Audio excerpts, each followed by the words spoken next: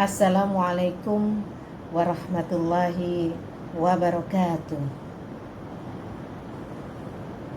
Apa kabar anak-anakku? Mudah-mudahan Allah senantiasa selalu memberikan rahmah hidayahnya kepada kita semua, menjadikan kita anak-anak yang soleh solehah, yang berbakti kepada agama, orang tua, nusa dan bangsa.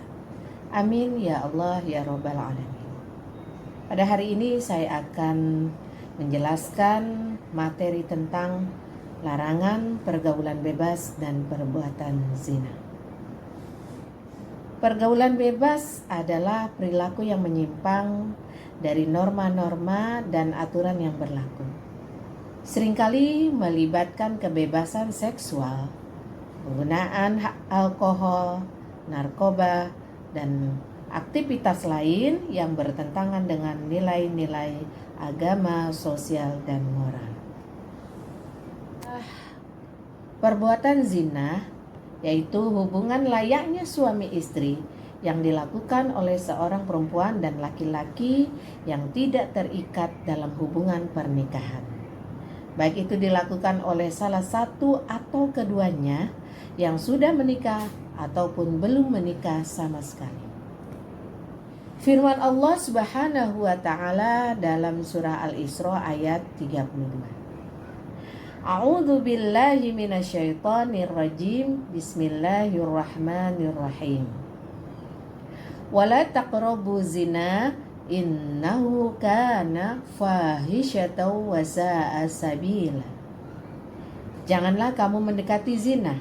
Sesungguhnya zina itu adalah perbuatan keji dan jalan yang terburuk. Pada ayat di atas tadi dijelaskan bahwa mendekati saja tidak boleh. Artinya, penggunaan kata wala taqrabu memiliki makna yang tegas. Dalam ilmu usul fikih adalah nahi atau larangan, menunjukkan keharaman sesuatu yang dilarang. Maka mendekati zina hukumnya adalah haram. Ya, di antara contohnya adalah berpacaran, pergaulan bebas, menonton dan membaca konten yang mengundang syahwat dan menimbulkan birahi. Kata fahisah dan sa'asabila maksudnya dalam hal ini dalam konteks agama Islam, khususnya dalam Quran surah Al-Isra ayat 32, mengacu pada perbuatan zina baik langsung maupun mendekatinya. Macam-macam zina. Yang pertama adalah zina muhsan, yaitu zina yang dilakukan oleh laki-laki dan perempuan yang sudah menikah, tetapi melakukan hubungan layaknya suami istri dengan orang lain yang tidak didasari dengan pernikahan, atau istilahnya adalah perselingkuhan. Kemudian zina ghairu muhsan, yaitu zina yang dilakukan oleh laki-laki dan perempuan yang belum menikah.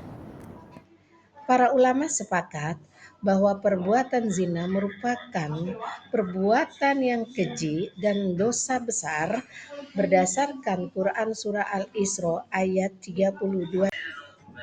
Selanjutnya hukuman bagi pelaku perzinahan dijelaskan dalam Quran surah An-Nur ayat 2.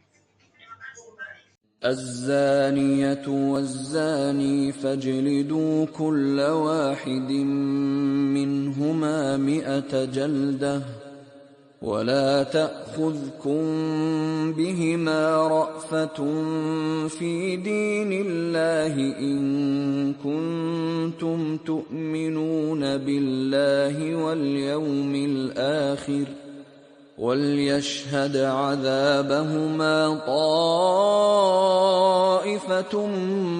من المؤمنين. Perempuan yang berzina dan laki-laki yang berzina, maka deralah tiap seseorang dari keduanya sebanyak 100 kali dera. Dan janganlah merasa belas kasihan kepada keduanya, mencegah kamu untuk menjalankan agama Allah. Dan jika kamu beriman kepada Allah dan hari akhir, dan hendaklah pelaksanaan hukuman mereka disaksikan oleh sekumpulan orang-orang yang beriman. Hukuman bagi pelaku zina: pezina ghairu musan didera 100 kali dera dan diasingkan. Sedangkan pezina musan yaitu dirajam dengan batu hingga meninggal dunia. Dengan Quran surah An-Nur ayat 2 adalah bahwa Allah Subhanahu wa taala memerintahkan hukuman bagi pelaku zina ghairu musan yaitu didera sebanyak 100 kali dera, baik pezina laki-laki dan perempuan, untuk memberikan efek jera atau shock terapi dan sebagai peringatan bagi orang lain untuk tidak meniru dan mengikutinya. Pada pelaksanaan hukuman tersebut, pihak yang berwenang diharapkan bisa bertindak tegas, bisa bertindak tegas dan dilarang berbelas kasihan kepada kedua pelaku zina dalam melaksanakan hukuman terhadapnya. Pelaksanaan hukuman atau eksekusi hukuman dera hendaknya disaksikan oleh orang-orang beriman atau masyarakat di wilayahnya di mana keduanya tinggal.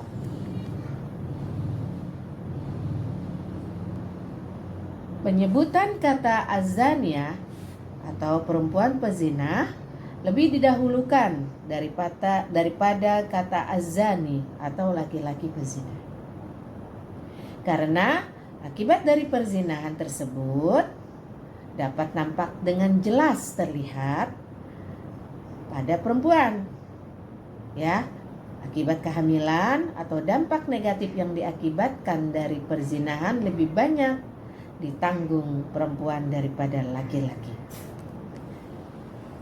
Dalam aturan dan norma agama, perempuan apabila seorang gadis tidak dibenarkan untuk pergi ke tempat-tempat yang sepi kecuali dengan mahramnya. Berbeda dengan laki-laki yang dapat pergi kemana saja sendirian. Karena apabila terjadi sesuatu, maka sesungguhnya pihak perempuanlah yang paling dirugikan.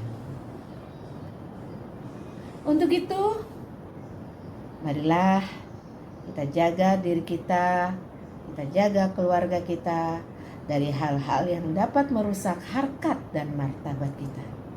Amin ya Allah ya Rabbal Alamin. Demikianlah sedikit materi dari saya.